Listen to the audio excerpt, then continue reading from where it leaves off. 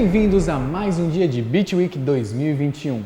Siga a gente nas redes sociais e acompanhe nossos stories, interaja conosco, mande uma mensagem, diga o que você está pensando. Logo teremos uma mesa redonda na White Bear.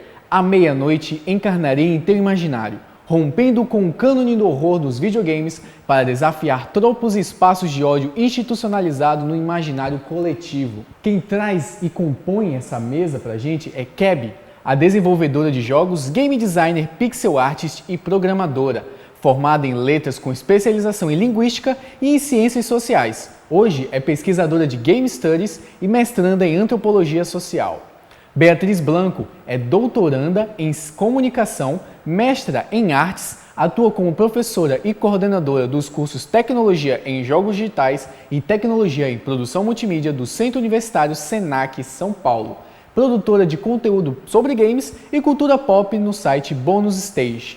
Tiago Falcão, professor adjunto no curso de Comunicação em Mídias Digitais, coordenador, pós-graduação em Comunicação na UFPB, fundou o Intercom e, com outros pesquisadores, o chapter brasileiro da DIGRA.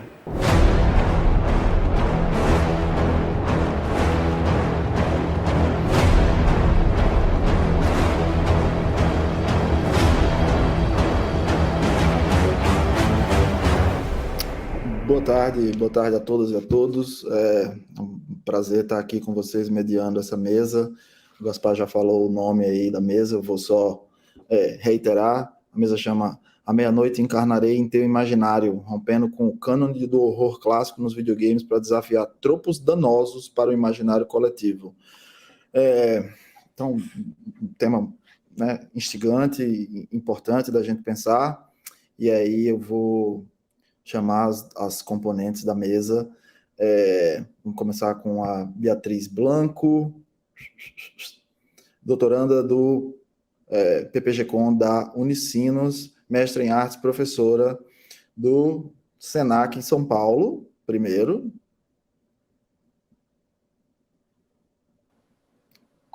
Olá, gente, boa tarde, tudo bem?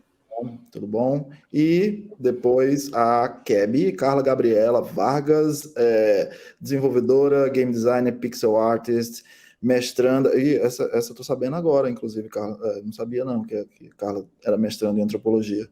Fiquei feliz, inclusive, de saber. Mestranda em antropologia, pesquisadora de Game Studies. Por favor, Carla. Oi, gente, boa tarde para todo mundo. Tudo bom? Então, acho que passo a palavra para vocês, né, para a gente começar essa conversa aí. Certo, obrigada. Então, eu vou compartilhar aqui os slides. Carla, se você quiser começar introduzindo, a gente vai falando aqui, trazendo uma apresentação do tema, e enfim, que nós preparamos juntas, né? Sim.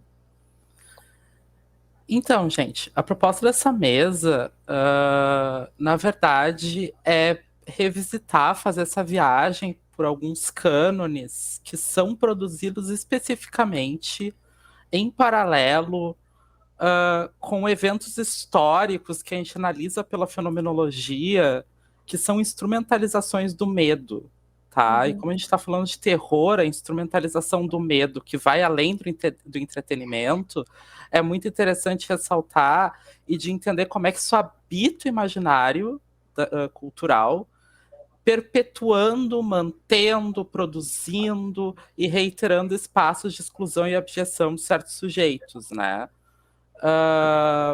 É inevitável a gente destacar que o horror e a repulsa, né, como sentimento, né, o medo, o afastamento, o deslocamento, né, esse sentimento de diferente, ele é instrumentalizado historicamente como uma ferramenta de poder, como uma ferramenta, uma tecnologia de controle, né, político, né? Isso não é de hoje, né? A gente vai atravessar vários estudos dos campos da antropologia social, né, das linguagens, da comunicação, e todos eles vão compor, né, esse estudo maior, que é das instrumentalizações das linguagens do medo como poder. Mas o nosso foco aqui é pensar em como o terror auxilia nesse engessamento desses imaginários e naturalização desse medo, né? Quando ele começa a repetir, né, que é o que a gente chama de cânone, repetir muitas vezes esses tropos, né, nas diversas mídias. Aqui a gente entra bastante em destaque no cinema e na literatura, e como o videogame talvez consiga trazer narrativas e propostas novas para essas perspectivas do horror. Não tá aparecendo o PPT? Os slides, né? Eu não sei. Ah, agora tá. Tá, ok. Pode. Eu vou começar falando muito por alto, assim, de um tropo clássico do horror, que é o horror genital e a dessensibilização do estupro, tá? Para destacar aqui como grande exemplo, que talvez seja um exemplo muito emblemático desse tropo, é o Alien, o Oitavo Passageiro, né? Que ele, inclusive, ele é, né, o diretor de arte do Alien, ele vai se inspirar nessa obra que eu destaquei ali, do Francis Bacon, para quem não sabe, que ele era um artista, um filósofo, um aristocrata, diga-se de passagem em inglês, que trabalhava a forma abstrata com a anatomia humana, né? E essa obra especificamente, isso não era um tema recorrente do Francis, né? Ela trata de uma genitalização do corpo humano, né? E o diretor de arte do Alien pega essa genitalização e traz isso para o campo do horror, né? Isso poderia ser um trabalho super interessante, e assim, é interessante, eu adoro o Alien e tal, mas isso corrobora com um tropo do horror, né, que a gente vai ver em outras mídias, como, por exemplo, Silent Hill opera muito nisso, né, que são as genitálias que assustam e dessensibilizam o estupro, né? A gente vai ver, por exemplo, assim, falos pontudos, né, vulvas dentadas, gigantescas e grotescas, né, desse apavoro em cima da genital que acaba criando um imaginário de moralismo, um imaginário de afastamento do sexo, né? Pode mudar o slide, amiga, que eu vou só correr nos tropos, né? A gente também pode destacar o Satanic Panic, né, que ele vai ser alcunhado no começo dos anos 80, né, mas se diz que ele estreia no final dos anos 70, e ele tem uma contribuição para o terror, que é a mistificação da violência, né? O terror no cinema, sobretudo, mas acontece bastante na literatura, durante Satanic Panic, que vai perdurar até hoje, que se tornou um tropo muito comum do terror, ele costuma pegar algum assassinato em série, ou algum assassino inescrupuloso, né? Como é o caso do... Eu anotei o nome dele, eu esqueci o nome do menino. De Amityville é o Ed Gein, não é? Isso! A Obrigado. louca de True Crime que sabe o nome de todos, né? Isso, né? Que ele é famoso por cometer vários vilipêndios. Para quem não sabe, vilipêndio, né? Tipo, é profanar cadáveres, né? Profanar túmulos, né? E assassinar algumas pessoas. E daí, quando acharam o cara, a casa dele estava toda decorada de peles, etc, etc, etc, etc, etc.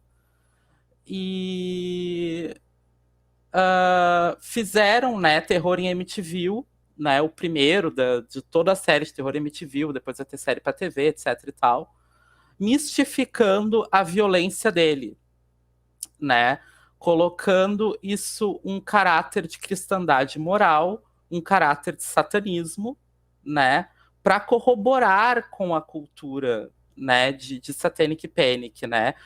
O que tem que ser falado é que não pode se pontuar o que vem antes, o ovo ou a galinha, né?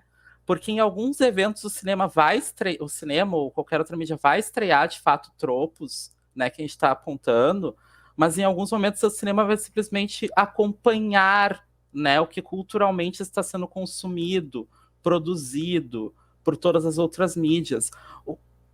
A problemática é que essa cena repetida várias vezes, né, esse cânone repetido várias vezes, vai semeando imaginário e vai virando verdade. Uma mentira contada muitas vezes vira uma verdade, né? E a mistificação da violência foi muito famosa no cinema de terror dos anos 80 para os anos 90, né? vários assassinos e absurdos sendo mistificados, né? E que isso vai vazar para o tropo que a gente chama de IBG, né? Que é o Indigenous Burial Ground, né? Que é tipo, que é, traduzindo para português, né? O território indígena de enterro, né? Cemitério indígena, né? Que vai pegar o Satanic Panic e vai instrumentalizar para um racismo cultural, né? Tem um pouco em Amityville, né? No primeiro filme tem uma contextualização que se passa em cima do supostamente cemitério indígena, que é uma coisa muito irônica, né? Porque qualquer país colonizado é inteiro um cemitério indígena, né, gente? Né? Genocídio indígena tá aí, ele é produzido até hoje, né? E pode passar, amiga. E eu queria destacar estudos da Carice Glenn, da Lawrence Rosen e do Jason Smith, Journal of Black Studies, que vão justamente se focar, né, em estudar os tropos, tanto de Magical Negro quanto de IBG. Eu destaquei aqui os de IBG, né? E eles vão analisar principalmente as obras literárias de Stephen King, tá? Que o próprio Stephen King é autocrítico quanto a isso, né? Das obras antigas dele, que ele trabalhou o tropo do IBG, dos Magical Negroes, etc e tal. Tem uma curiosidade que a adaptação do Kubrick, do Iluminado, né? Tem um Magical Negro onde não existe no livro original, né?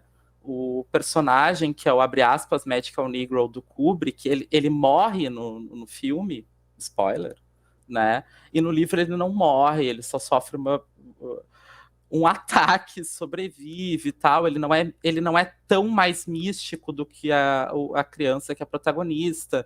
Então, assim, o que se alinha aqui é que começa-se uma diferenciação, que o framework, né, a mídia, a moldura, aonde o tropo se encaixa, também sofre um norte diferente, uma bússola moral diferente, tá?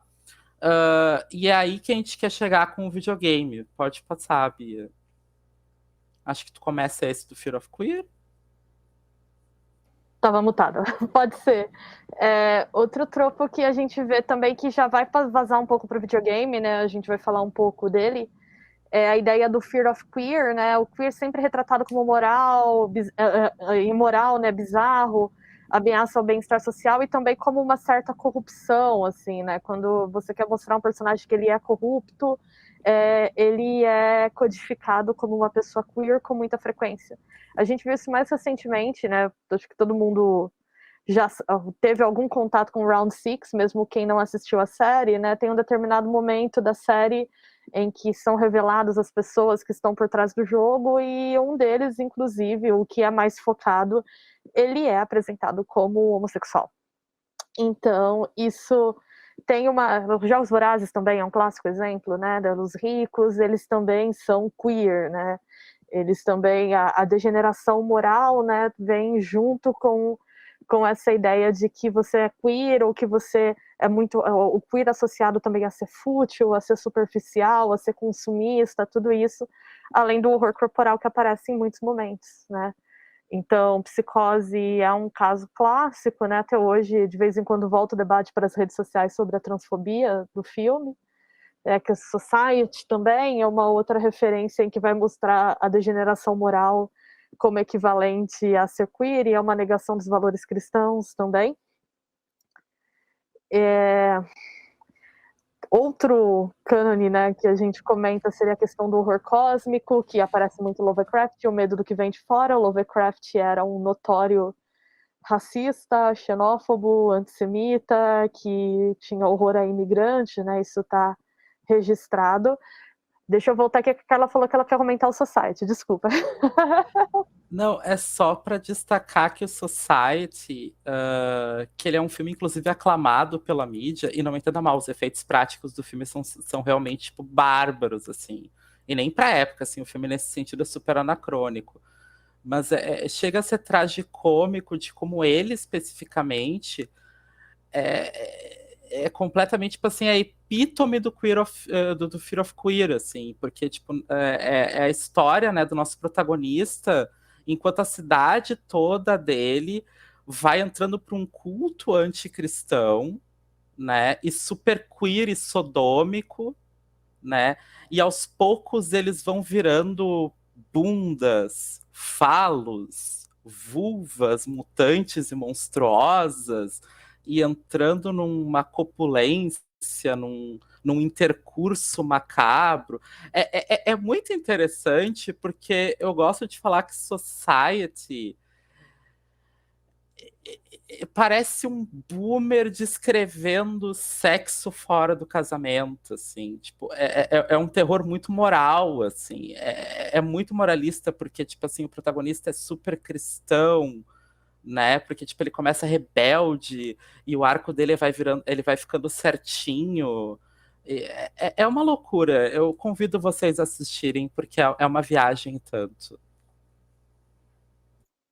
Vou retomar aqui então. Eu já tinha falado um pouco do Lovecraft, né? Então a gente tem aqui um exemplo da cor que caiu do espaço. E o Lovecraft, ele é um caso até interessante, né? Porque ele é um autor que ele é muito reapropriado, né?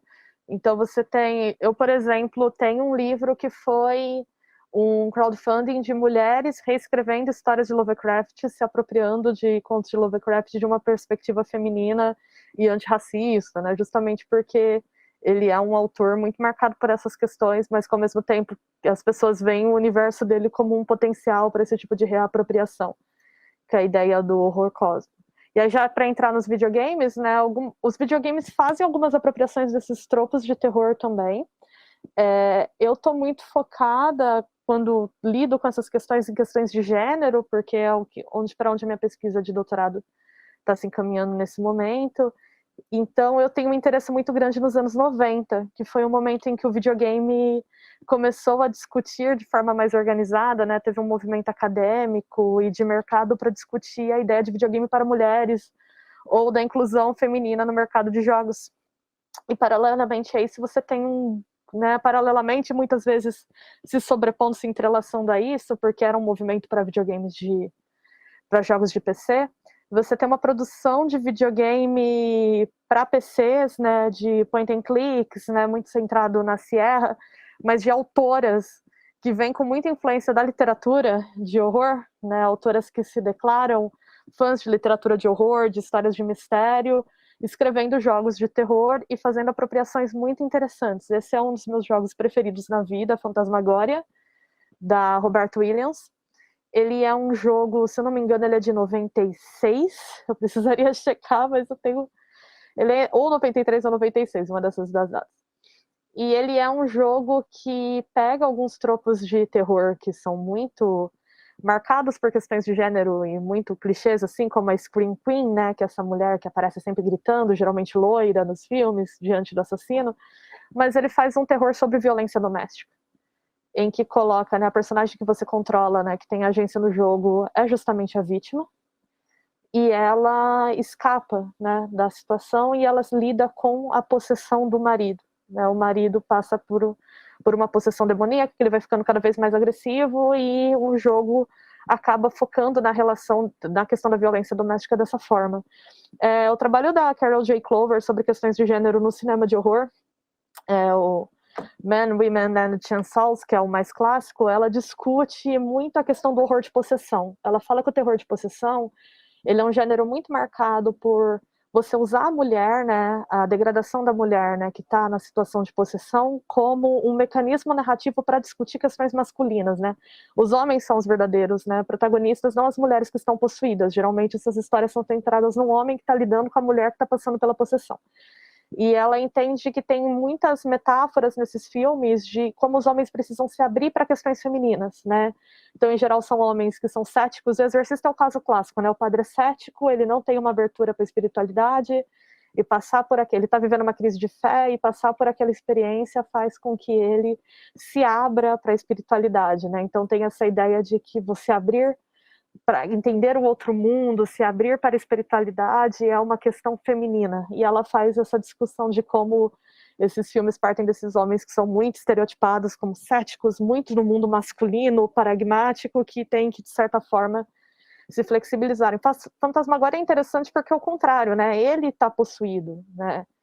E ela tem que lidar com isso, mas não que ela tenha que se abrir, ela é cética, né, na história, mas é muito mais sobre o sofrimento dela nessa situação do que sobre tentar aprender uma lição a respeito disso, né? Então isso já é uma certa disrupção desse imaginário e também tirar essa mulher desse lugar de objeto da possessão. Outro caso que eu acho muito interessante nos anos 90 também, que também se apropria de certa forma de tropos do cinema e da literatura, mas faz uma certa subversão disso, é o Fantasmagória não, desculpa, o Gabriel Knight 2, The Beast Within, é uma história de lobisomens, mas ele discute muito o fear of queer. Na história, o Gabriel Knight tem que investigar um caso de lobisomens envolvendo um clube de caça, e os homens desse clube de caça, eles são mostrados como tendo relações assim que passam por uma tensão homossexual muito forte, e eles têm um discurso de que um homem de verdade tem que liberar seus instintos, né? Isso no jogo acaba sendo uma metáfora para se tornar um lobisomem, mas abraçar os instintos masculinos. E o jogo faz uma crítica a isso, né? Você joga ao mesmo tempo com o Gabriel e com a Grace, que é essa personagem que aparece aqui, que é como se fosse o interesse romântico dele, né? Eles ficam nessa tensão o jogo inteiro. E você tem o mesmo tempo de jogo para os dois, eles têm a mesma quantidade de capítulos. E ela tá tentando justamente fazer ele entender que não, que você abraçar esses instintos masculinos é se afastar das pessoas que você gosta, é abraçar uma agressividade que não é sadia, né? Então tem uma discussão sobre masculinidade que é interessante aqui também. E no fim, ela acaba sendo a Final Girl, né? Ela é a pessoa que resolve a situação, apesar dele ser o protagonista. E já trazendo mais para os dias recentes, uma apropriação, né, clássica é The Last of Us. Você tem a personagem da Ellie, que é uma Final Girl muito típica, né? A Final Girl é a última mulher que sobrevive sempre nos filmes de terror de slasher, desses filmes de assassinato. E elas, né, geralmente elas são construídas como pessoas com nomes ambíguos, né?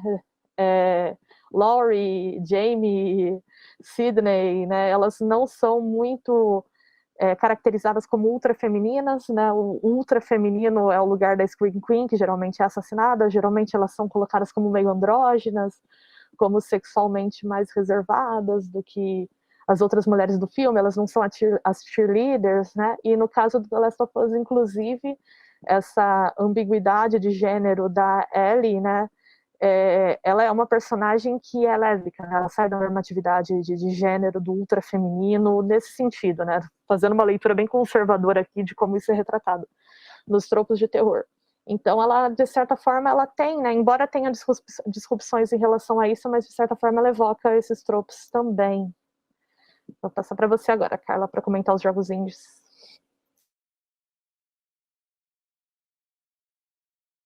Está mutada. Desculpa.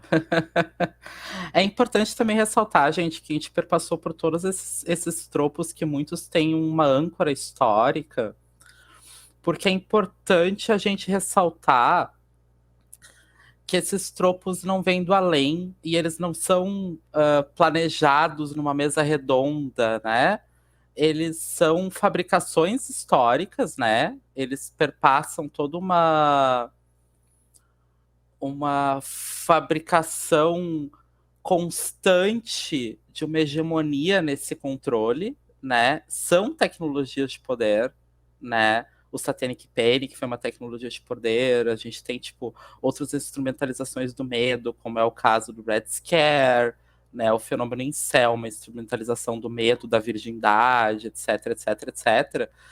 E que é por isso a gente combater esses imaginários, a gente disputar esses espaços, esse imaginário é importante, porque ele não fica só na ficção, ele não fica só no entretenimento, né? É importante a gente ressaltar que a gente se comunica com os instrumentos que nos dão, né? A gente é feito de construção social, né? A nossa linguagem, nossa personalidade, a nossa subjetividade, ela é fabricada em algum lugar, né? E quando a gente é bombardeado dessas informações, né? Que são cânones, né? Eles são engessados. Quando a gente vê essas repetições todas as vezes, isso vai respingar na nossa personalidade, subjetividade, até chegar no nosso imaginário. E quando chega no nosso imaginário, é aí que começa a perpetuar esses espaços de exclusão, porque quando a gente vê 70 mil filmes lá desde os anos 90, né, imprimindo moralidade cristã, né, que o dissidente, o desvirtuoso, né, o queer é um perigo para a sociedade, é um perigo para a família, né, a pessoa indígena é essa pessoa mística que não existe no mundo real, né? Que são coisas que esses filmes retratam, né? Que essas mídias retratam, né? Quando isso perpassa o nosso imaginário, gente, é importante ressaltar que isso se torna um nexo cultural, tá? Isso se torna um espaço cultural, tá?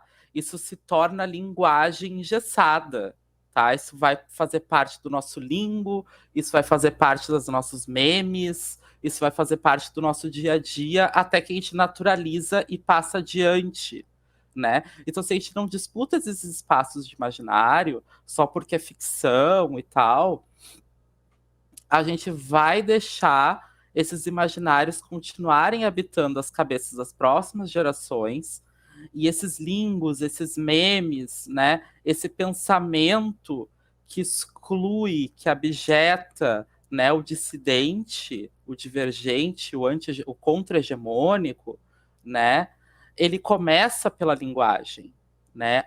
A língua é poder, né? O Gramsci vai falar, por exemplo, né, do racismo cultural através da linguagem, assim como o Fanon vai trazer também o racismo através da linguagem, né? Isso não é para menos, né, gente? Tipo, a linguagem tem esse poder, né? E as mídias, elas só existem produzindo e usando as linguagens da cultura que as cercam, né? Então, a potência do videogame nessa mudança, ela começa numa provocação, né, que eu deixaria, que assim, é talvez um cânone da ludologia, né? Agora a gente volta para o Game Studies, né? Que a gente vai ver lá no Esquilinen, no Arcef, etc. Que o videogame pode, por muitas vezes, ser só uma moldura para outras mídias. Isto é, né? Se acredita, parte da ludologia acredita que o videogame nada mais é do que deixar outra mídia interativa, né? Seja ela a literatura, seja ela o teatro, seja ela o cinema, né? Já a Mary Laurie, ela vai colocar, elencar pontos nisso, né? Ela vai destacar pontos nisso, onde ela coloca, ela delimita o que é esse framework, o que é essa moldura. Né? E para a gente continuar essa reflexão, é importante a gente entender que como o videogame é uma própria moldura, né? E não apenas um espaço onde outras mídias encaixam, tá? Ele pode sim ter outras linguagens e ele pode sim ter outras perspectivas, ele pode explorar outros imaginários, né? Não só as outras mídias vão explorar outros imaginários, mas o videogame tem a possibilidade de explorar imaginários muito próprios que só talvez o videogame vai alcançar, assim como a literatura vai alcançar certos imaginários que só a literatura alcança, e o cinema vai alcançar imaginários que só o cinema alcança, porque o processo da linguagem e comunicação com quem está sendo entretido, com quem está consumindo aquela mídia, vai perpassar o canal que aquela mídia atravessa, né? Então, eu destaquei aqui alguns videogames independentes que já trazem imaginários de terror que são conflitantes e disputantes com as narrativas canônicas que a gente discutiu até então. O North, por exemplo, ele é um terror indie que ele pega o terror cósmico do Lovecraft e coloca ele no chão e inverte os sujeitos, né? No North, tu não é um sujeito branco supremacista com medo do desconhecido. Tu é um imigrante refugiado com medo da hegemonia, né? O North é o terror que um refugiado passa indo para o norte, né? Então, assim, eu costumo chamar o North de anti-Lovecraft, porque ele pega a ideia do Lovecraft, do abstratismo, do terror, vai muito além da percepção, etc, etc, só que troca quem é o estranho, troca quem é o estranho, ele não vem de fora, ele é de dentro, e tu é o de fora, né? Então, já é uma perspectiva muito interessante, que é um trabalho de paródia, um trabalho de escárnio desses tropos, que vai se assemelhar muito com o Bong Joon, com o Jordan Peele no cinema, por exemplo, né? Tem o Omori, o Off e o Menique, que vão tratar os três, tá? De uma ferramenta que o jogo tem, que outras mídias alcançam diferente, né? Que é o meta-terror, né? É o terror que te coloca no espaço da violência, né? Coloca o espectador no espaço de violentado, né?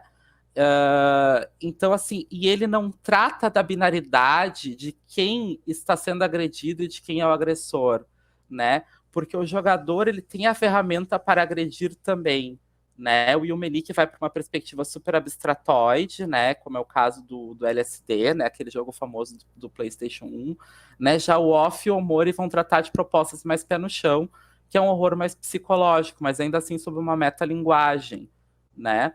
O Omori, inclusive, eu destacaria que, se por um lado tem umas questões meio elitistas, assim, ele trata de saúde mental no horror de uma maneira muito sensível, ao contrário de muitos dos seus antecessores e das suas referências, né? Aí tem outros exemplos, né, que é o Open House e Pony Island, que vai tratar ainda desse meta-horror, né, que é não colocar exatamente o jogador no lugar do personagem. Não, o jogador é o personagem, né? Ele é uma experiência virtual para o jogador, né? Que ele não precisa nem Acho que o colocar... Doki Doki, né, também. É o que você O falou. Doki Doki, sim, o Doki Doki. O próprio Undertale, né, tem elementos Sim. disso, né? Não quero puxar um pouco para minha palha, né? Mas o Bem Feito tem elementos disso, né? Não é para menos, né? Enfim, de explorar esse horror, de deixar o imaginário da pessoa habitar esse horror, e não o horror tentar habitar o imaginário da pessoa, que é um processo muito interessante. Aí a gente tem outros exemplos, né, nas outras mídias que a gente trabalhou até então. Eu queria destacar primeiramente que a gente tem todo um movimento brasileiro de terror, tá? Que ele vai trazer uma perspectiva que não é exatamente anti-imperialista, alguns até são, mas que trabalha um imaginário que não vem fruto desse imperialismo que a gente estava trabalhando até agora, né? Porque, querendo ou não, todos esses produtos, né, o Satanic Panic, o Fear of Queer, o Red Scare, eles são produtos tipicamente imperialistas, né? Eles são tecnologias de poder produzidas pelo imperialismo, tanto para controlar os seus, quanto para controlar, né, nossas políticas externas, né, para delimitar quem é o inimigo, quem é a hegemonia, quem é o centro e quem é a periferia, né? E antes de falar do Jordan Peele, é importante destacar que no cinema brasileiro a gente tem o nosso pai do horror, né? Grandíssimo José Mujica Marins, né? Gigante eterno, né? Que descansa em paz no inferno de gelo dele, né? Que vai destacar um horror que sequestra, aliena um imaginário comum de inferno, de assombração, de zumbi, de body horror, né, do cinema estadunidense e japonês, né, e vai profanar, vai alienar, vai trazer uma subversão brasileira para esse tempero, não só na linguagem, mas também na estética e na direção, quase análogo ao que seria a brincadeira que o Armorial faz com a literatura de romance, né? E daí eu queria destacar ainda nessas paródias, né, de sequestrar os tropos de outrem, né, e brincar com eles, né, obviamente Jordan Peele, né, com Get Out Us, né, que ele pega tropos, né, que normalmente servem à branquitude, né, e inverte os papéis e faz um terror que não sirva à branquitude e coloque as pessoas negras, né, apenas como ferramentas narrativas, né, para essa branquitude se desenvolver e sair como herói da história, né, ele também não faz o clássico porn drama, né, da pessoa negra, né? Pode passar, amiga. Tem o Bong Joon, nosso rei anti-imperialista, né, que vai também pegar os fenômenos, né, do cinema imperialista e inverter eles em forma de crítica social, assim como o Bong Joon Assim como o Jordan Peele, no caso do Bong Joon, o foco dele é mais uma disputa de classes, né? Grande rei Bong Joon, né? Que o Parasite ele vai pegar os tropos do slasher, dos Final Girls, né? E até do atual ascensão dos true crimes e vai transformar isso numa disputa, num conflito de classes. Assim como o Host, né? Pega o terror de monstro e vai transformar isso numa crítica à industrialização em massa, né? Aí eu peguei outros exemplos mais soltinhos, né? Tem um filme independente maravilhoso no meio, né? Que eu recomendo pra caramba, que é o Creep, né? Que ele é um found footage, que particularmente é um gênero que eu amo, é um gênero que eu estudo, né? É um gênero que eu tenho me dedicado bastante a estudar. E o Creep pega um gênero que é, abre aspas, jovem, né, gente? Bruxa de Blair, Holocausto Canibal, né? Nem é tão jovem. Mas é jovem em comparação a outros tropos, né? Que já tem suas próprias problemáticas, né? Sobretudo a misoginia. E ele vai inverter esses papéis e é um terror da masculinidade. É um terror da predação masculina, né? Só que não coloca uma mulher para ser esse alvo dessa masculinidade. São dois homens degladiando com suas masculinidades e é um terror muito sensível, né? Ele, por exemplo, ele vai retratar estupro sem ser nada explícito, né? O que é um deleite para gente como eu que tem gatilho extremo, né? Com a temática. Então, assim, ele consegue te aterrorizar sem mostrar muita coisa, né? Então é um terror incrível, é um terror atual, né? O Mandy também, né? Que é um aclamado pela crítica também, um filme independente, né? Com o grandíssimo Nicolas Cage que está brilhando nos filmes independentes de terror, né? Inclusive destacaria o Willy's Wonderland também, que cabe dentro de uma paródia do Final Girls, né? Que é um Final Boy que sobra, né? Que também é uma paródia incrível, mas o Mandy especificamente, em entrevista com o diretor, ele explica que a tentativa do que ele fez foi justamente algo análogo ao Creep de vilanizar a masculinidade, né? E a cristandade. Os vilões do filme são todo um imaginário em cima do homem comum exagerado, né? Ele não é um mad scientist, ele é só um homem abusivo exagerado, né? E ele consegue deixar todo mundo acorrentado a ele, né, por estocolmos e micro-relações de microabuso, né?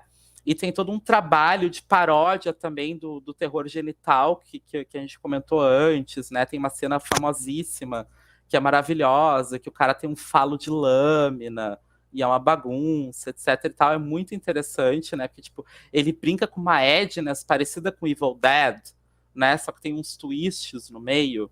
Né? E o Final Girls, que é literalmente uma paródia do tropo Final Girl, né? Que é maravilhoso. Aí tem outras perspectivas de terror, né? A gente está vivendo ainda bem um período assim, eu imagino que vai irritar alguns estudiosos da área, né? Eu não sou da cinematologia, mas né, o neo-horror, né? Que é essa expressão cabeluda, essa expressão espinhosa, né? Que é o horror analógico, né? Que tem sido explorado atualmente, né? As creepypastas que estão finalmente sendo reconhecidas como um gênero próprio de horror, né? Fico muito feliz com isso, porque tipo, é um gênero do qual eu me apego muito, né? Que ele é uma nova proposta de explorar imaginário já existente e bagunçar com eles, né? O meta-horror que eu já explorei. E um dos autores que eu destacaria, que é muito famoso nesse movimento, né? Do horror abstratoide, cotidiano, mundano e até das creepypastas, é Junji Ito, né? Outro rei do terror, né? Que ele não vai explorar o porn drama, ele não vai explorar a misoginia, ele não vai explorar a dessensibilização do estupro, não. Ele vai explorar uma espiral. Ele vai explorar uma lesma assassina.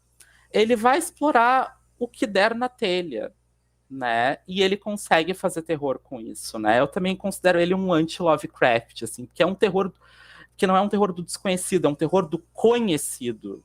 E isso é muito mais assustador, porque tem do teu lado. Ele é muito relacionável. E Enfim, né, encerrando, que essa seria o último slide da nossa apresentação. A gente vê o videogame como importante nesse sentido, porque muitos desses novos gêneros de terror, eles transitam em espaços digitais e em espaços da comunidade gamer também, e muitas vezes a gente vê esses gêneros apropriados de forma meio acrítica pelo terror do videogame AAA, né? Mas eu acho que aí é legal a gente abrir para perguntas mesmo. Eu vou passar aqui, enfim. Na verdade, eu tenho um monte de comentários para vocês. Eu vou, antes de passar para o chat ali, eu queria perguntar umas coisas para vocês, duas coisas especificamente.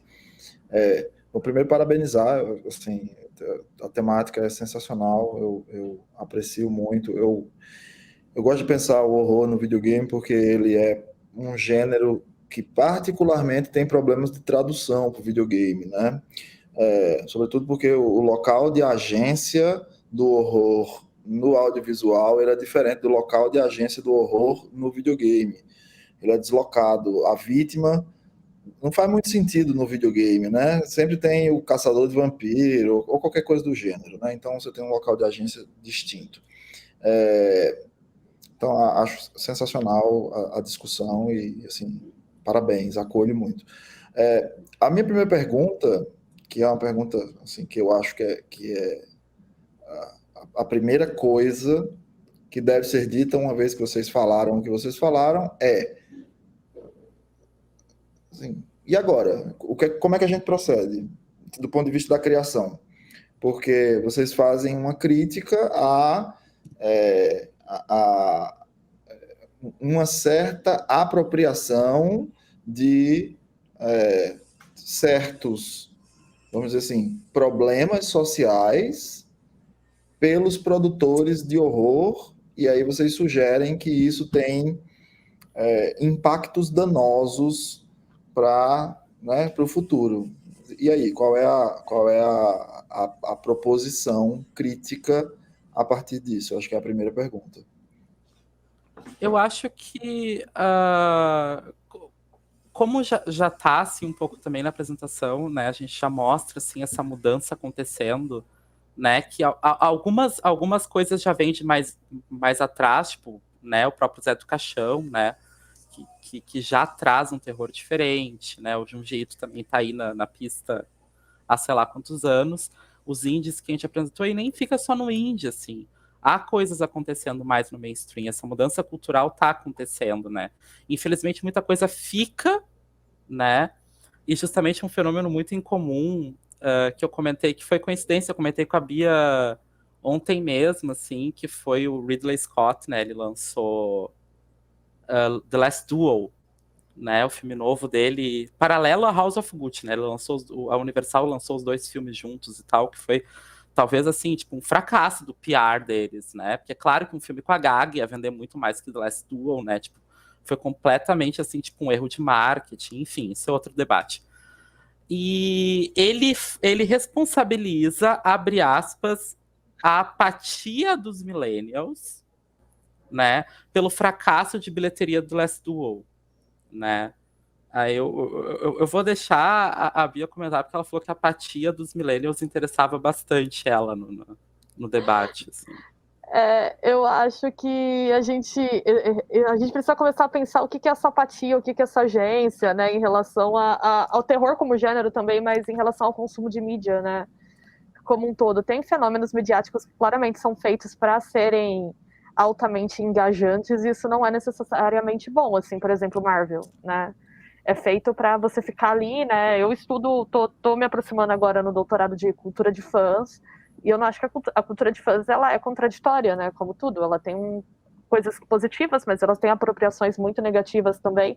Até quando a gente pensa isso num contexto de capitalismo e de você apropriar o lazer e a ludicidade pelo capitalismo para manter as pessoas sempre produtivas.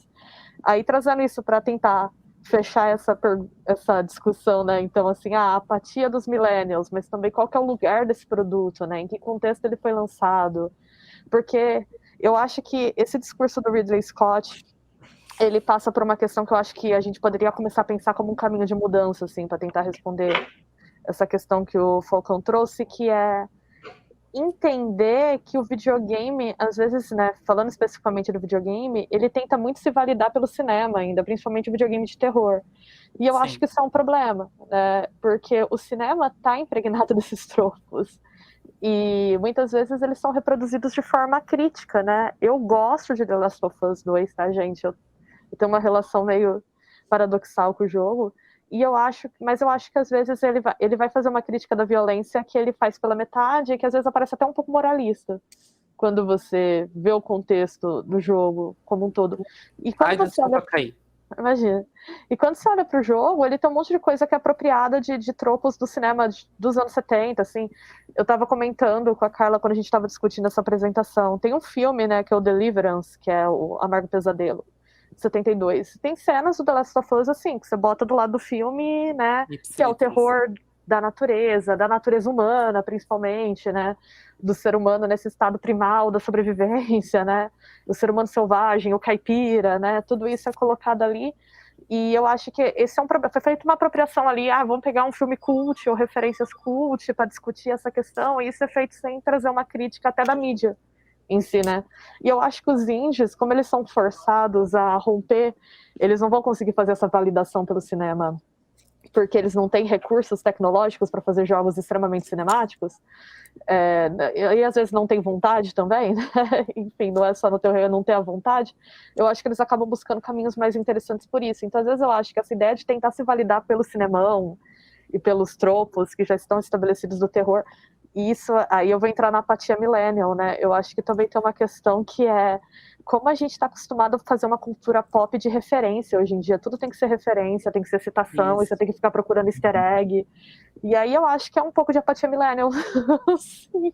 Não chamaria assim, mas uma nostalgia que sempre volta, né? Num apego nostálgico. Eu acho que romper com isso também é importante.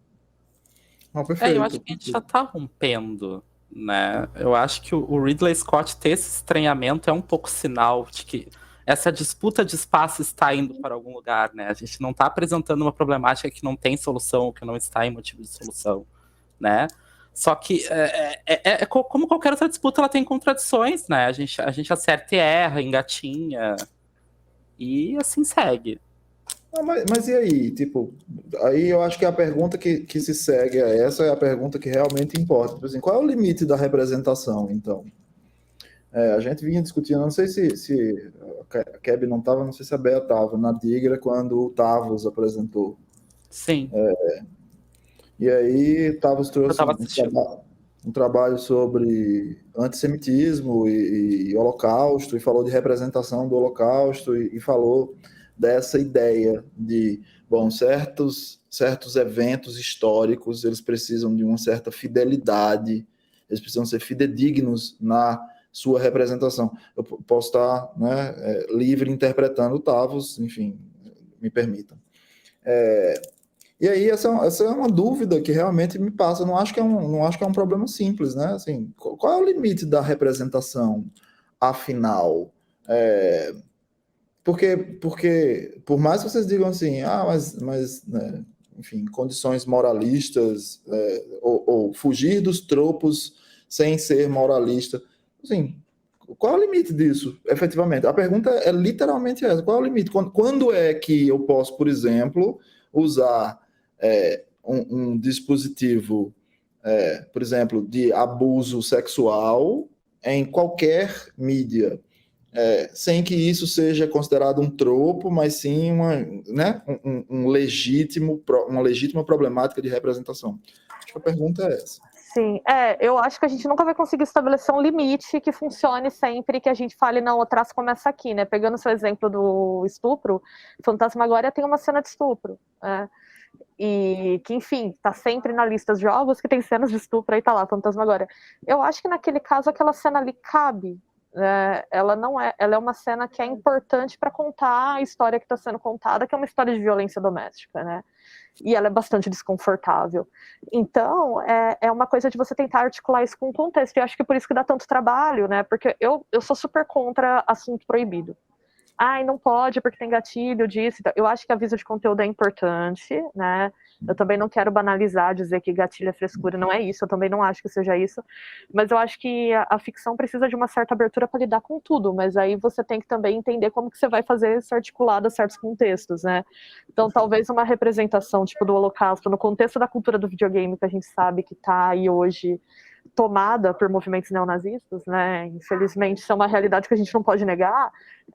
Realmente é um tema sensível que certos limites aí vão ter que ser pensados. Talvez isso seja diferente de você fazer uma apropriação disso no cinema para fazer uma sátira que vai ironizar esses mesmos movimentos, né?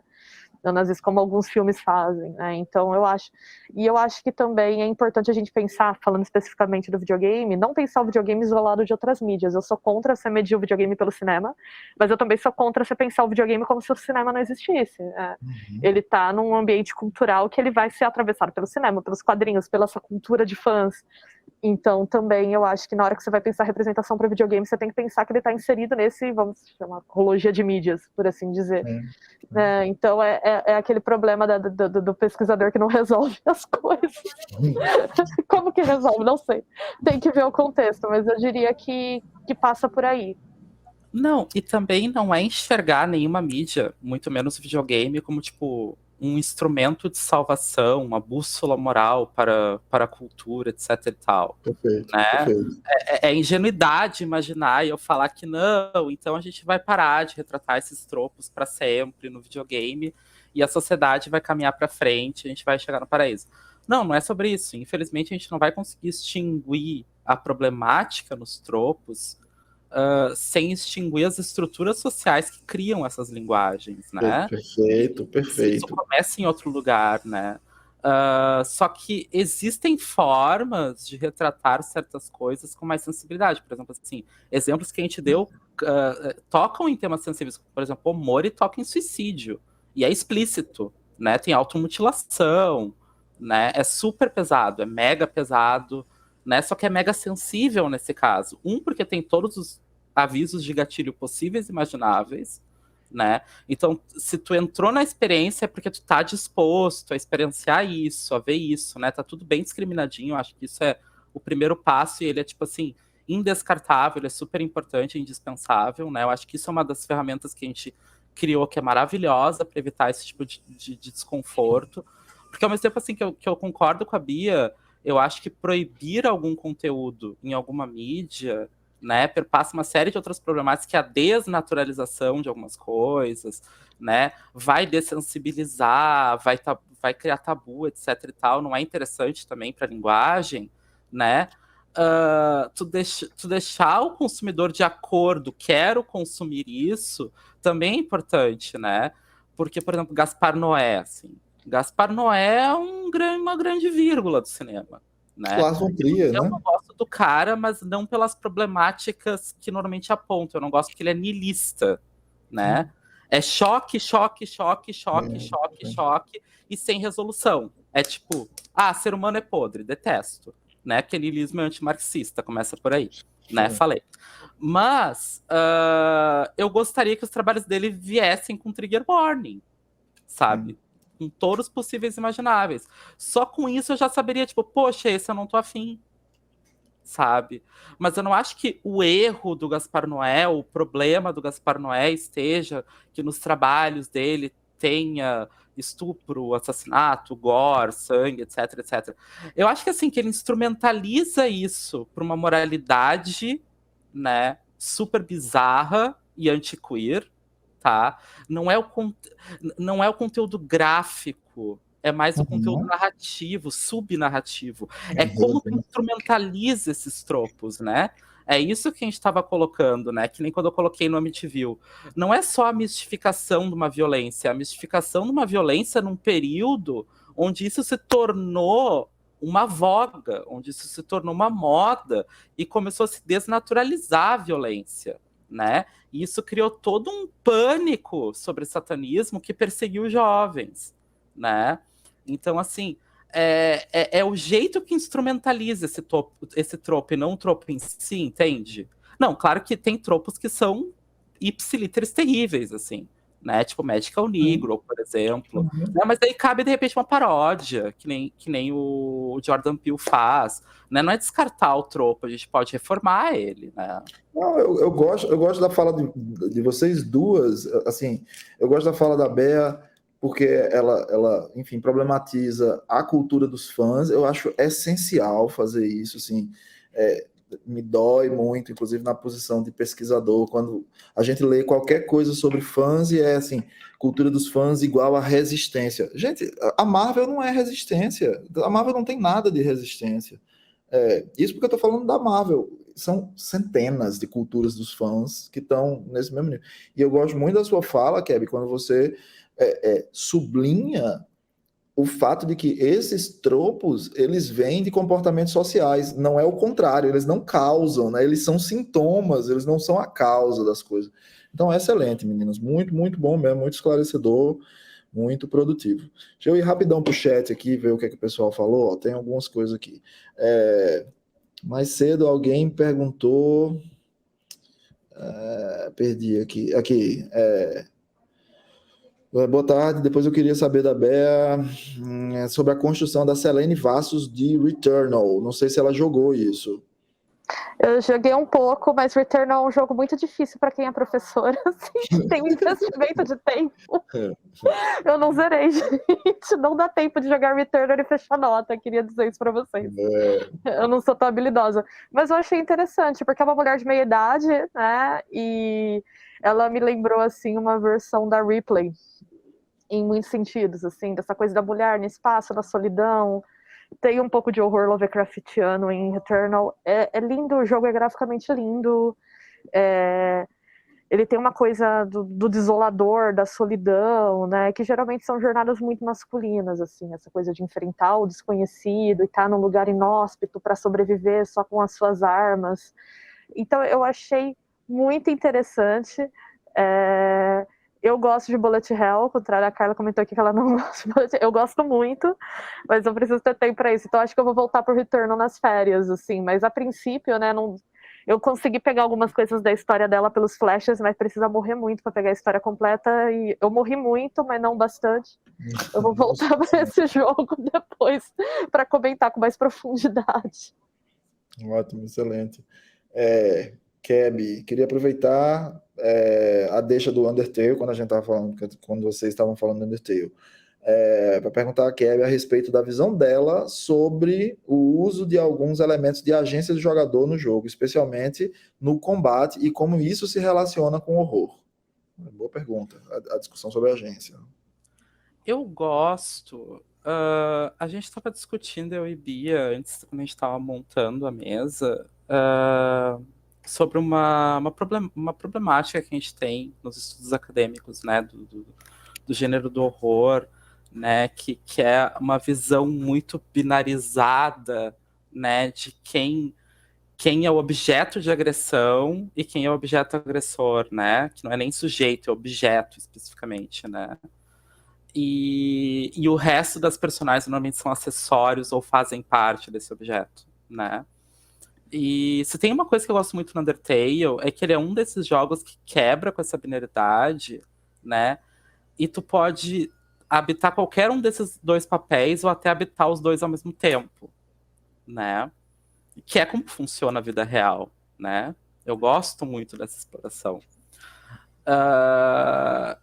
Eu acho, inclusive, muito mais interessante, né, a proposta de agência que o Undertale tem do que, por exemplo, assim, não é de terror, né, mas do que Life's Strange, por exemplo, né, que te coloca, por exemplo, no papel de evitar um suicídio numa cena. E eu não quero etiquetar isso é problemático, sabe, porque eu sou contra etiquetar isso sem uma análise mais profunda, mas eu acho que, no mínimo, poderia ter sido melhor pensado, né? Como isso é apresentado, da forma que é apresentado. E eu acho que o Undertale... E é a premissa do jogo, né? Tipo, é o começo do jogo. Não. Eu tô falando de uma parte, acho que é no final da segunda parte, no final do segundo episódio, onde aquela amiga da Max, eu acho que é a protagonista, sim. Ela tem um quadro de depressão super avançado, tu não acompanha esse quadro, tu vê, tipo assim, Tu vê essa personagem 2 vezes durante o jogo inteiro e do nada tu é responsável por parar o suicídio dela, sabe? E assim, já voltando pra tua pergunta, Falcão, eu não acho que isso não deva ser usado, sabe? Eu só acho que quando a gente vive num contexto social, mundial, tá? De fenômenos como o fenômeno Werther, né?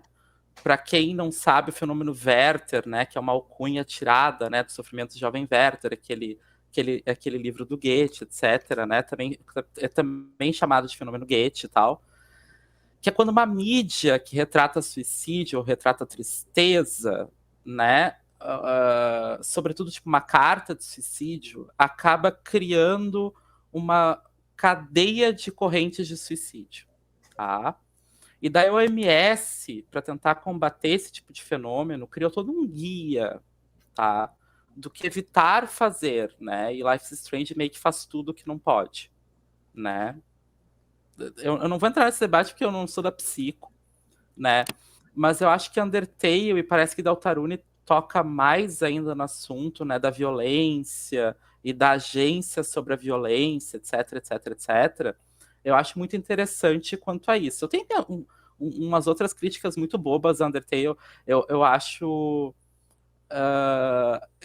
que mirou num não binarismo e acertou num maniqueísmo, né? Mas não sei, talvez essa seja a proposta, sabe? Talvez é para ser maniqueísta, que talvez é para ser meio conto de fadas, eu não sei, por isso a estética mais fofinha. Mas eu não gosto muito do maniqueísmo do final, assim, se tu agride uma santa alma, pronto, né? Deu, né? Tu não tá mais indo pro melhor final, assim. E assim, desculpa, eu queria matar o Asgore, é isso. Né? Esse é meu hot take, Asgore genocida merecia morrer. Um beijo. Pergunta do Ivan Mussa. Gostaria de saber das duas o que é que elas acham da discussão sobre, aspas, diferença cultural, fecha aspas, geralmente usada para justificar representações preconceituosas em jogos japoneses. Por exemplo, como se lá as regras fossem distintas. Existe alguma validade nessa ideia? Eu acho que é válido se você vai criticar o tom racista, muitas vezes, de algumas críticas aos produtos culturais japoneses. Então, por exemplo, Japão é assim mesmo, Japão é bizarro, sabe? Isso realmente tem muito racismo, assim, quando vai se falar de produtos culturais asiáticos, que eu acho que é justificável.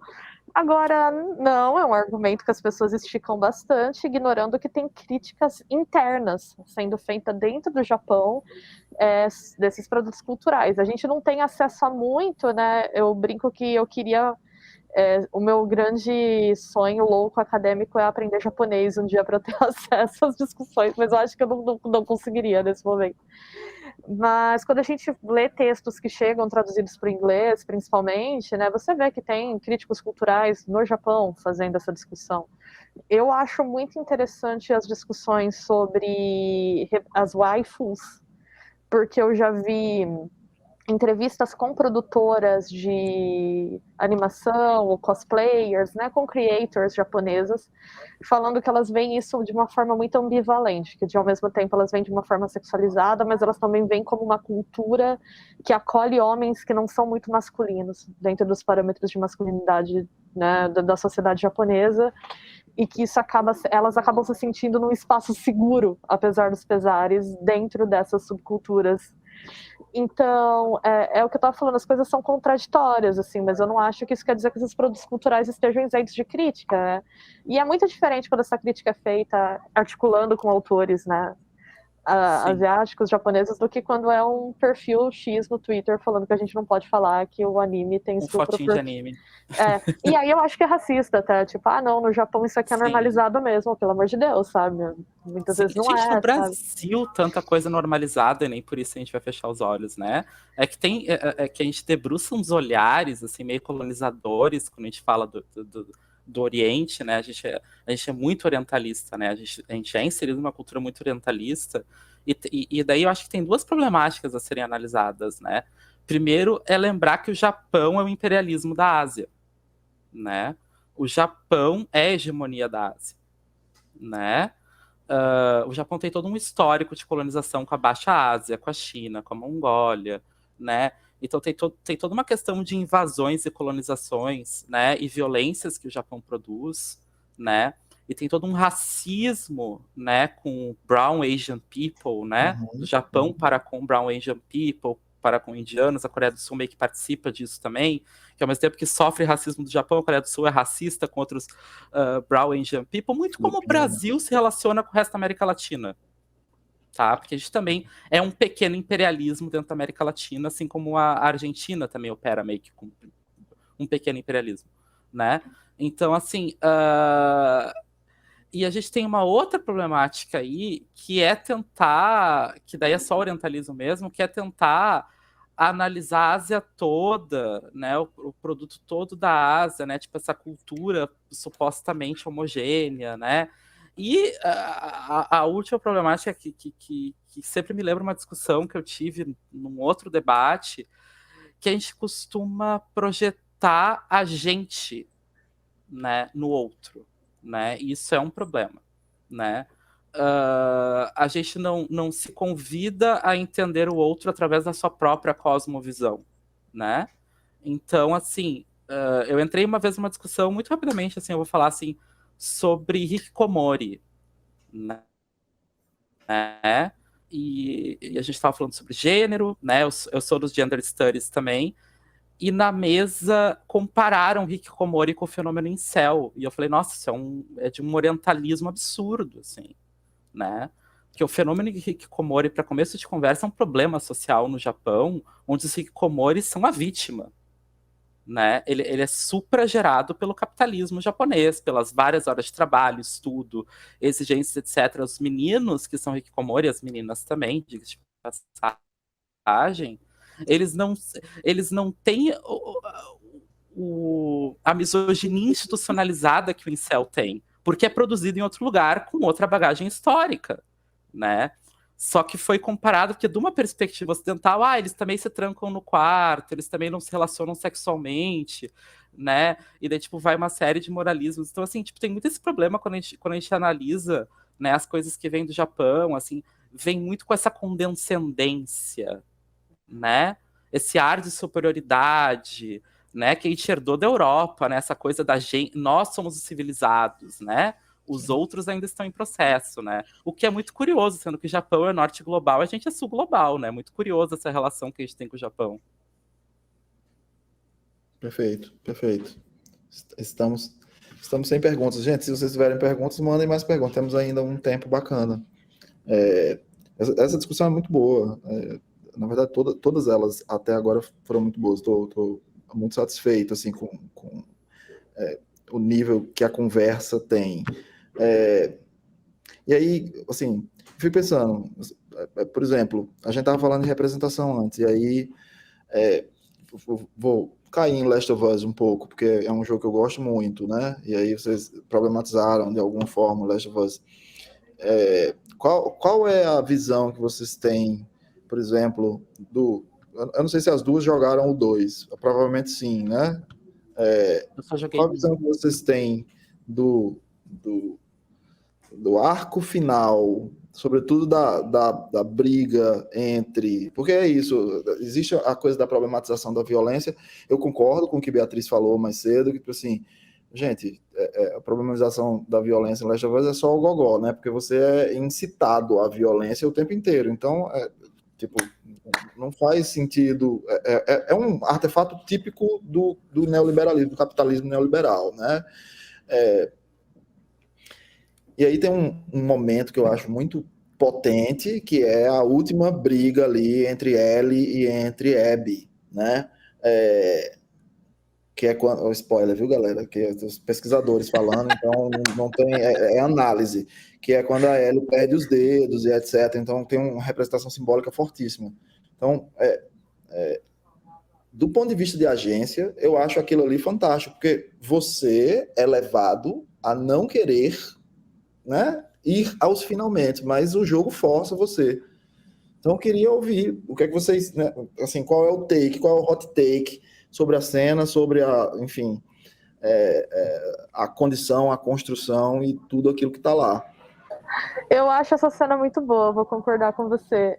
Eu acho essa sequência final inteira do jogo muito bonita.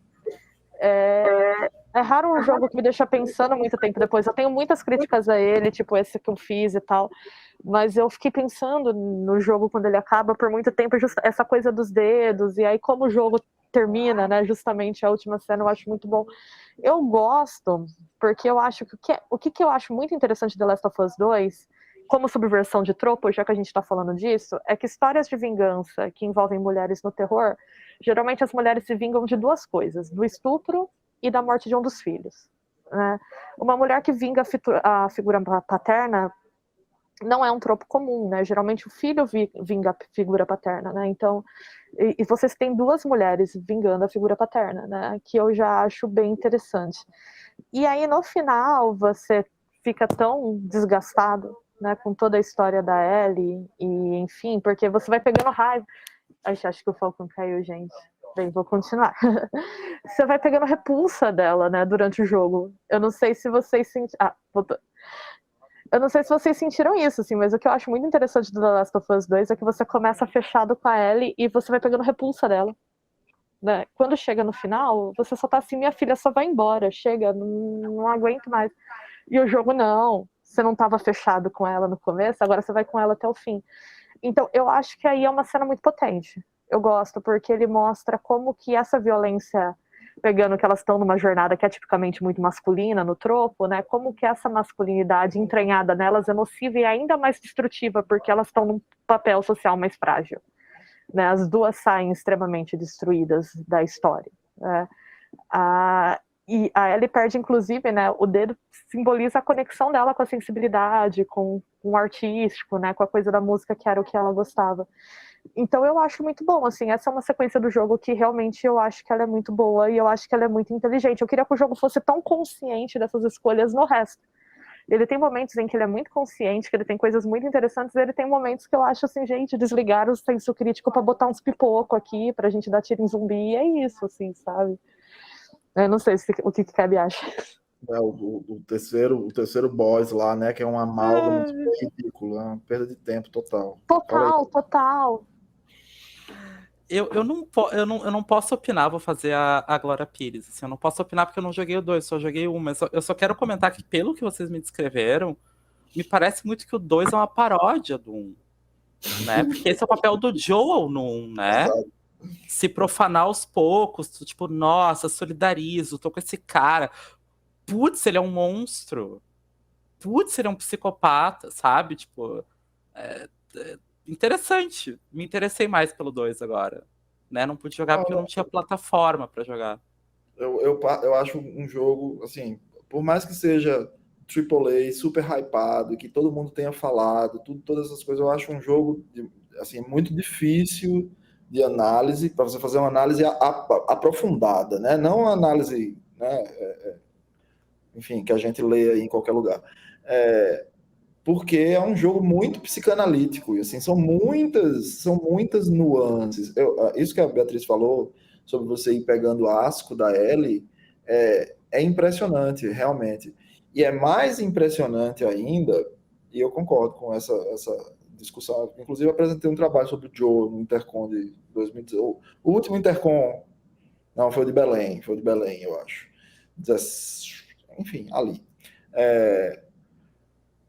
E, inclusive, concordo que você vai pegando asco, mas o choque, e aí esse é o tipo de experiência que você não vê nesses jogos AAA. O choque quando você troca de personagem na metade do jogo é sensacional, assim, é de um tipo de porque você está acostumado com aquelas falhas, aqueles problemas, etc. E quando você troca de personagem, você faz, velho, pra onde é que o Neil Druckmann tá indo, hein, velho? O que tá acontecendo nesse jogo? Enfim, é muito complexo. Eu tô ensaiando a escrever sobre ele desde que eu joguei e eu não consegui ainda, porque eu não consigo lá. Eu tenho muita coisa solta, assim, porque ele realmente é muito difícil. Idem. Renan Tomazini, poderiam dar recomendações de jogos ou outras mídias na temática no final da conversa que sejam boas para quem quer se introduzir no assunto ou se aprofundar? E aí, minha gente? Eu vou recomendar um jogo chamado Bem Feito aqui, que ele foi feito Não, sem brincadeira. Joguem bem feito. Eu acho que bem feito. A Keb vai ficar sem graça de fazer propaganda dela, mas não tem problema, eu faço. Eu acho que bem feito é um jogo muito interessante para pensar essa relação entre a agência, quem é o objeto, né, do jogo, você, né, o jogador como personagem, não só o personagem. E para quem gosta de creepypasta, que é uma coisa que eu particularmente amo, vou dizer. Eu estava falando desse jogo com a Keb também essa semana. Eu recomendo que vocês procurem um jogo chamado Walk, né, de caminhar. Ele é um jogo indie, é uma demo, na verdade, que ele emula um estilo de PlayStation 1, que tem uma referência ao terror oriental, mas você basicamente é uma criança, né, uma menina japonesa andando na rua sendo perseguida por uma entidade e você tem que desviar. O jogo só te dá a opção de correr e se esconder. E é um jogo muito interessante nesse sentido, né? Vou reforçar as recomendações, que eu amo o terror dos anos 90, então joguem Fantasmagória, joguem Gabriel Knight 2. Joguem demais. Joguem demais, e também diria que joguem Night Trap, porque Night Trap na época foi super mal compreendido, mas ele é uma ironia com o slasher que é muito interessante, então eu acho que é legal jogar esses três, assim, para entender essa temática do terror do FMV e até entender esses FMVs mais modernos que a gente tem hoje, né, o Her History, o Telling Lies, né, que voltem a isso. E recomendo como livro para todo mundo que discute questões de gênero no terror, Men, Women and Chancells, da Carol J. Clover. É um grande clássico, ele que vai falar sobre todos esses tropos clássicos do cinema dos anos 70 e 80. E lá tem um monte de indicação de filme, assim, que, enfim. Eu gosto muito de terror dos anos 70, é o meu período preferido, então acho que tem muita coisa legal lá. Eu como já recomendei bastante indie no PPT, eu vou recomendar uns livros interessantes, tá? Fear of a Queer Planet, tá? Do Michael Warner, de 93, tá? Que é quem alcunha esse termo, Fear of Queer, é muito interessante, tá? Between Colorblind and Color Conscious, Contemporary Hollywood Films and Struggle Over Racial Representation, Jason Smith, Journal of Black Studies, que tipo, vai discriminar justamente esses tropos mais relacionados à raça, né? E ainda na mesma temática, The Power of Black Magic, The Magical Negro and White Salvation in Film, tá? Que também é muito interessante para entender esses fenômenos em Hollywood, tá? Sobre representação negra, de como o início da representação negra em Hollywood precisou se justificar, né? Precisou justificar o budget, olha, tipo, racismo estrutural, né? Com essas instrumentalizações racistas dessas pessoas negras no cinema, né? É muito interessante esses dois livros sobre raça e o livro sobre gênero e sexualidade, que tem a ver com esses fenômenos culturais, né? O primeiro que eu recomendei, na verdade, é mais um livro sobre filosofia e fenomenologia, né? Os outros dois é mais sobre, tipo, cinema e literatura mesmo. Massa. Ansioso para ler as coisas de vocês sobre essas coisas, minha gente. Muito, muito bacana mesmo. Eu sugeriria, só porque eu acho que foi a primeira coisa que me ocorreu quando vocês começaram a falar, o Powers of Horror, que é da Júlia Kristeva, que é um livro que fala exatamente sobre abjeção e feminismo, quer dizer, não feminismo, o feminino, né? Como o feminino, como a abjeção ao feminino é o centro de toda a experiência do horror, começando na mãe, indo para, enfim, a vida sexual e assim por diante. Júlia Kristeva era psicanalista lacaniana fortíssima, quer dizer, era não, né? É ainda. Então, assim, é uma leitura muito densa, muito difícil, mas muito satisfatória e recompensante. Então, acho que, assim, muito obrigado pela enfim, vinda de vocês, sensacional a conversa, uma tarde realmente que faz a gente crescer. E eu queria, bom, primeiro agradecer as duas e abrir para vocês se despedirem, falarem aí suas últimas palavras. Vamos lá. Eu queria agradecer muito o convite com o evento, né? Super estrutura, super receptivos, enfim, toda a experiência de participar tem sido bem legal desde o momento do convite, então muito obrigada. Agradecer também a você, Falcão, a Keb, que sempre trazem uma conversa muito enriquecedora, muito bom estar na companhia de vocês. Quem quiser acompanhar o que eu faço, eu tô no Twitter como @BABlanco com um 3 no lugar do E, então é B3A Blanco. E eu também faço parte do Bônus Cast, que é o podcast do Bônus Stage. Lá a gente fala de recomendações, discute um pouquinho cultura pop também. E aí, entrando no Twitter, vocês conseguem achar meus artigos, as coisas que eu escrevo, eu tô sempre postando lá. Mas obrigada mais uma vez. Eu quero primeiro também agradecer o evento, né? Quero, né, corroborar com a fala da Beth, porque eu me senti muito bem recebida, né? O convite foi muito legal. Adorei a mesa, quero agradecer vocês por comporem a mesa com a gente, que, nossa, foi muito incrível.